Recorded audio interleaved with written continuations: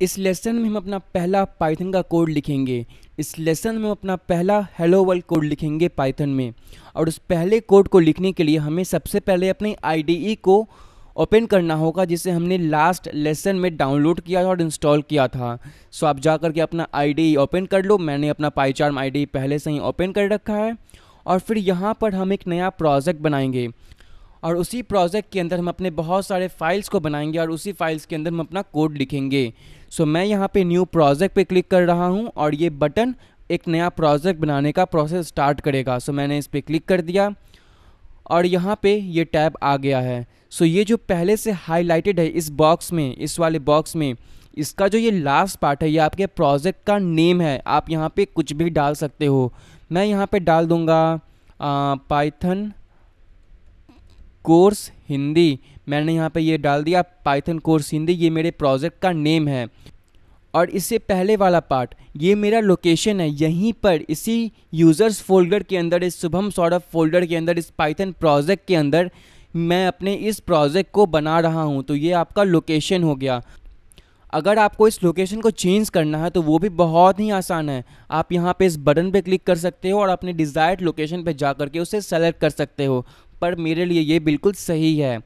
और उसके बाद हम नीचे देखेंगे, हमें इस ऑप्शन से अभी कोई मतलब है नहीं। अभी हमें किसी भी वर्चुअल इन्वायरमेंट से कुछ करना नहीं है।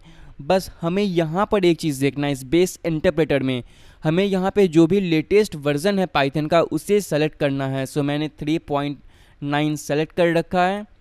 और राइट, और उसके बाद हम नीचे आएंगे। ये दोनों ऑप्शन हमारे काम का नहीं है। फिर प्रीवियसली कॉन्फ़िगर्ड इंटरप्रेटर, ये भी हमारे काम का नहीं है। बस हमारे काम का ये है।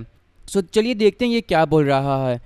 ये हमसे ये पूछ रहा है कि क्या ये आईडी हमारे लिए एक बेसिक सा एक वेलकम स्क्रिप्ट बना देगा जब इस प्रोजेक्ट को क्रिएट करेगा। तो इसका मतलब ये है कि जब भी हम इस क्रिएट पे क्लिक करेंगे तो एक ऑटोमेटिकली एक main.py वेलकम स्क्रिप्ट बन जाएगा। ये आईडी हमें पहले से एक फ़ाइल बना करके दे देगा, लेकिन हमें इसकी ज़रूरत नहीं है। हमें पहले से कुछ भी नहीं चाहिए। सो मैं इसे अनटिक कर दूंगा और अब जो पहले से बाय डिफ़ॉल्ट हमें एक main.py फाइल मिलने वाला था वो हमें नहीं मिलेगा। और यही मैं चाहता हूँ। अगर आपको कोई main.py फाइल चाहिए तो आप इस पर क्लिक कर देना, बट हमारे इस कोर्स के पर्पज़ के लिए हमें इसे क्लिक नहीं करना। हम सभी फाइल स्टार्ट से खुद से बनाएंगे। ऑलराइट, और फिर मैं इस क्रिएट बटन पे क्लिक करूँगा और ये क्रिएट बटन मेरे लिए ये प्रोजेक्ट बना देगा, ये क्रिएट कर देगा, ये बहुत सारा सेटिंग करेगा बैकग्राउंड में। तो आपको थोड़ा सा वेट करना होगा क्योंकि ये प्रोसेस थोड़ा सा टाइम लेता है। ओके, और अब मैं आपको दिखाऊंगा कि ये जो एडिटर है ये कितना अच्छा, आप यहाँ पे बहुत सारे काम खुद से कर सकते हो और बहुत ही ईजी होता है उन सभी काम को करना।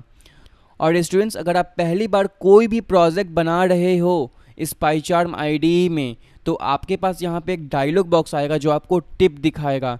आप बस वहाँ पे डोंट शो पे क्लिक करना और फिर क्लोज कर देना, और फिर वो आपको कभी भी बॉदर नहीं करेगा।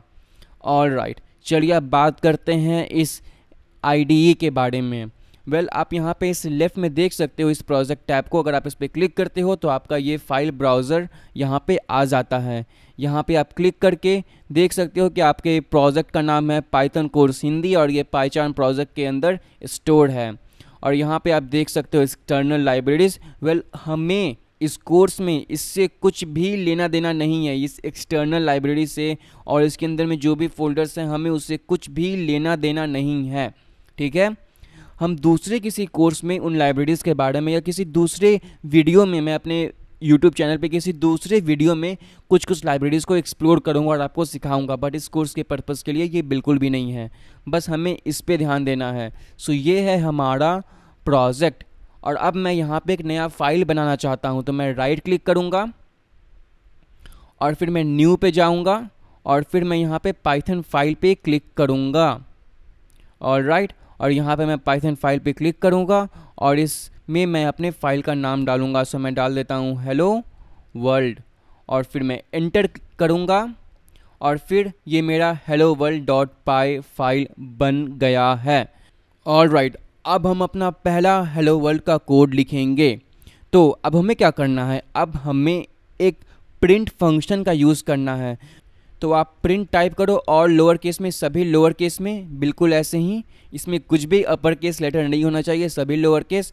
और फिर आप ओपनिंग एंड क्लोजिंग पैरेंथेसिस डाल दो। जैसे ही आप ओपनिंग डालोगे सिर्फ +9 करके ये ऑटोमेटिकली क्लोजिंग पैरेंथेसिस डाल देगा। और इसीलिए हम इस आईडी को यूज़ कर रहे हैं, क्योंकि ये हमें बहुत ज़्यादा मदद करता है कोड कंप्लीशन में। ये कोड को ऑटोमेटिकली कंप्लीट करता है, हमें बहुत ज़्यादा मदद करता है।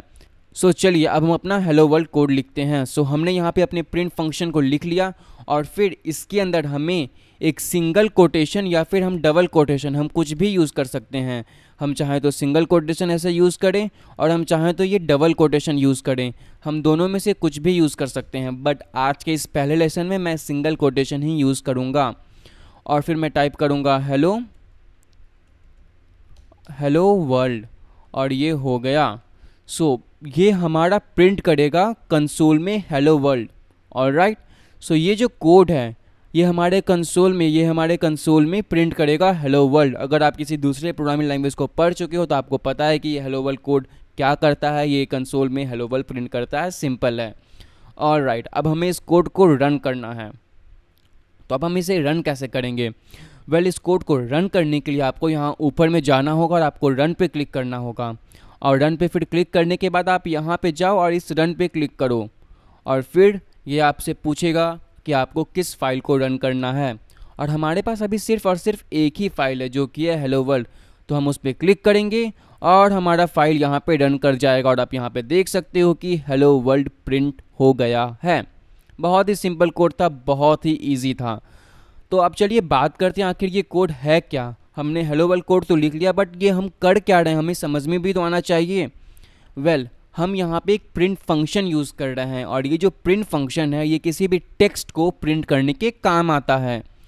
और हम जो भी फंक्शन लिखते हैं उस फंक्शन के पास हमेशा ही पैरेंथेसिस का एक पेयर होता है। एक ओपनिंग एंड एक क्लोजिंग पैरेंथेसिस हमेशा ही रहता है और उसी पैरेंथेसिस के अंदर हम अपना टेक्स्ट लिखते हैं। सो ये हो गया हमारा प्रिंट फंक्शन जो कि किसी भी टेक्स्ट को प्रिंट करता है, और ये हो गया उसका पैरेंथेसिस। और उसी पैरेंथेसिस के अंदर हम हमेशा अपना टेक्स्ट लिखते हैं। और यहाँ पे हमने लिखा हेलो वर्ल्ड। और हम जो भी टेक्स्ट लिखते हैं वो या तो सिंगल कोटेशन या तो डबल कोटेशन के अंदर होता है। सिंपल, बहुत ही सिंपल। सो मैं एक बार रिपीट कर देता हूँ। ये हो गया हमारा प्रिंट फंक्शन और हर एक फंक्शन के साथ एक ओपनिंग एंड क्लोजिंग पैरेंथेसिस होता है। और इस प्रिंट फंक्शन के केस में हम इसी प्रिंट फंक्शन के पैरेंथेसिस के अंदर अपने टेक्स्ट को लिखते हैं और उस टेक्स्ट को हम एक सिंगल कोटेशन या फिर एक डबल कोटेशन के अंदर लिखते हैं। ऑलराइट, अब अगर मैं चाहूँ तो मैं इसे चेंज करके डाल सकता हूँ हेलो पाइथन, और मैं फिर से इस रन बटन पे जाऊँगा और मैं इसे फिर से रन करूँगा और आप देखोगे यहाँ पे आएगा ये डायलॉग बॉक्स। मैं इस पर क्लिक करूँगा और आप देखना यहाँ पे आ गया हेलो पाइथन। सो इस कोटेशन के अंदर आप जो भी लिखोगे ये इसे प्रिंट करेगा। बहुत ही सिंपल चीज़ थी। अब हमने कर लिया अपना पहला हेलो वर्ल्ड का कोड। ये हो गया हमारा हेलो वर्ल्ड का कोड। हमने हेलो वर्ल्ड और हमने हेलो पाइथन भी समझा। हमने समझा कि प्रिंट फंक्शन क्या होता है और हम अपने टेक्स्ट को कैसे प्रिंट कराते हैं। हमने समझा कि हम प्रिंट लिखते हैं और फिर हम ओपनिंग एंड क्लोजिंग पैरेंथेसिस डालते हैं और उसके अंदर में हम सिंगल या डबल कोटेशन के अंदर अपने टेक्स्ट को डालते हैं और वही टेक्स्ट कंसोल में प्रिंट होता है। हमने ये भी देखा कि हम कोड को रन कैसे करते हैं। और अब बारी आ गई है कि हम अपने एडिटर को थोड़ा सा कॉन्फ़िगर करें, हम इसमें थोड़ी सी कुछ सेटिंग को चेंज करें और ये जो टेक्स्ट जो कोड हम यहाँ पे लिख रहे हैं उसे हम थोड़ा बड़ा करें। सो वो हम करने वाले हैं नेक्स्ट लेसन में। तब तक के लिए बाय।